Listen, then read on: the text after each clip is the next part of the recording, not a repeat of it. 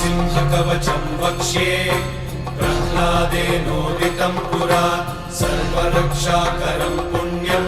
सर्वोपद्रवनाशनं स्वाहा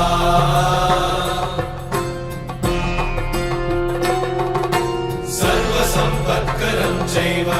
स्वर्गमोक्षप्रदायकं ध्यात्वा नृसिंहं देवेशं हेमसिंहासनस्थितं स्वाहा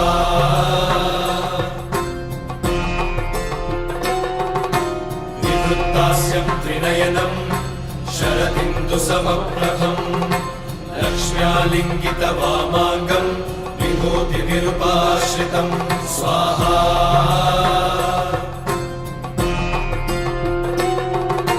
चतुर्भुजं कोमलाङ्गं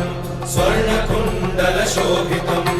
श्रिया सुशोभितोरस्कं रत्नकेयूरम्